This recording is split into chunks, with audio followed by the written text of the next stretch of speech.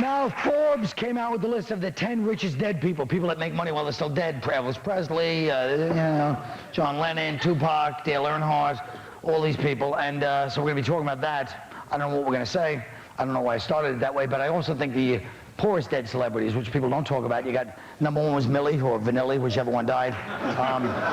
Number 2 was Dana Plato, and she got shot at robbing a liquor store. I don't know.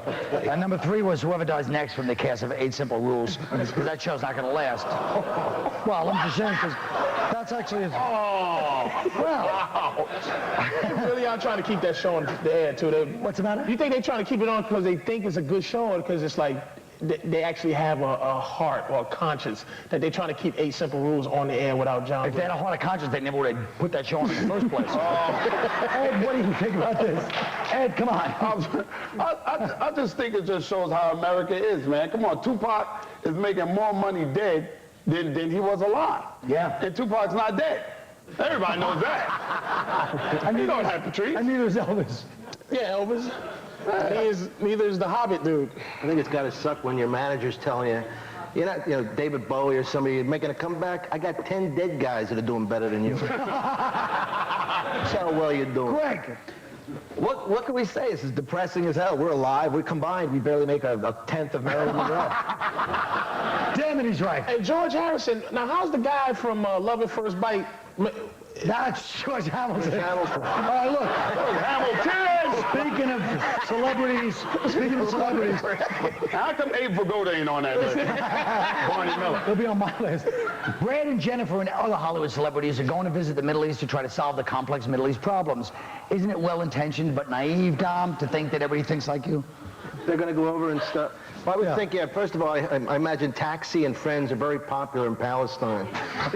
Hey, Mom, before I strap one of these bombs, can I watch Taxi one more time? Actually, I don't write my own stuff. well, if you watch, first of all, if you watch Friends, you realize that Rachel's not really the peacemaker. Good point. Holy Christ, I never thought I could top your bomb with a word. I know. We're talking about bombing. Both trees bail us out. Come on. I'm not going to bail. I'm going to strap one of your jokes to myself and run through Palestine.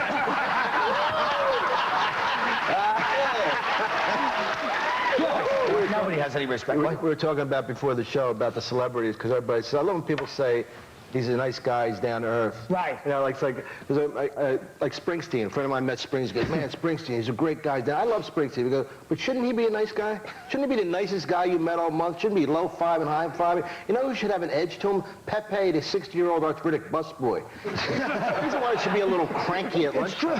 Not some celebrity. It's true. Now, speaking of rich people, what about this reality rich shows? All these shows on. Did you watch this stuff last night anyway? Jesus Look at this guy. Ready? Here's one rich kid from one of those rich kid shows. And I'm up at boarding school, and this kid's from like some town in Connecticut, I don't know. I can just say, you, I'm from New York. I can buy your family, piss off. What? You like I that? just thought that was great. I'd love to be able to say that to somebody's family. No, he said he could buy his family. Yeah, that would be fantastic to be able to say that to somebody. I can't believe you're wearing a sweater with a hood. I wear these a lot. I don't see what's wrong with it. It's actually one of my signature pieces, I believe. It is a good one. You should give him more credit for that little brown Riding Hood. That sweater stinks. I don't know how the subject changed from rich people to my lovely attire, but I'm just saying. I wish I knew. I wish I was born to know what it was like to be able to even think about saying that to somebody and be serious. I'll buy your family. Whatever. Right. Patrice, all he's going to do, he's saying that to other little rich white people that probably got a little less money than he does. He ain't saying that to nobody black, because we always can fall back on, and I'll break your ass in half. That's black people answer to everything. What? I will break your ass in half. All right? you go catch up on the latest goods and services. I'll stay here alone with these people.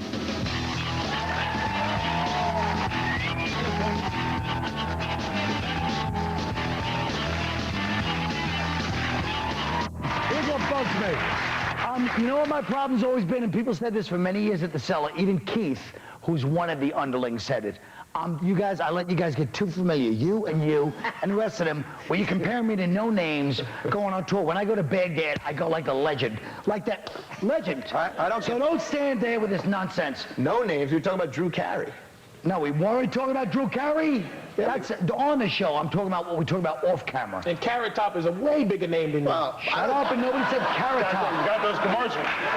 I really hate this. All right, in the last... Go I ahead don't now. get that familiar with you, Colin, because I'm a much stronger stand-up. Well, I guess that was definitely true at one time. In the last presidential election, it was the soccer moms this year. Now it's the NASCAR dads. What's another demographic that politicians should be courting, and why? Dom? I think politicians should go after the Latinos. We are the largest minority in the U.S. I say we because although I may be Italian now, I'm switching over in order to be a more popular comedian. Hey, President Bush, apoyo loco, viva Zapata, yo, mami. I love her. I think the politicians should be courting the Irish in New York City. All they have to do is move the election to the same day as the St. Patrick's Day parade and put free beer, Lucky Charms in every voting booth. That's at least 2 million voters who won't remember who they voted for the next day or the day after. All right. Patrice O'Neill. All right, we should court certified hookers. That would be a great demographic. Most likely, when she agrees to give a little piece of her vote, the bitch ain't gonna change her mind at the polls the next day. Nothing. Hold up, should we read that again? Y'all, that's what y'all gave that? Shut up. All right, now the ending's at the beginning. That's if I can see it from here. What happened? If you flip that last line at the beginning, they would have understood the Go other. down again. Flip that line at the end. Wait a minute. Most likely, we'll keep going. Most likely, when she agrees to give a little piece of her vote, the bitch ain't gonna change her mind at the polls all of a sudden. Y'all don't even get that. So, you know what? Kiss my ass. Here's Greg Giraldo. Well, we got the soccer moms and the NASCAR dads, and I think the next group will be the cockfighting baby daddies. You know, they're angry, and they'll support any candidate willing to fight these oppressive child support laws. Anyone who'll say, I feel your pain, condoms are for punks. If she didn't want to get knocked up, she shouldn't have worn that tube top. It's your money. Why should it get pissed away on baby formula when you got your eye on a chrome tailpipe for your sport bike? Besides, that baby don't even look like you. Well, folks, that's our show. Good night.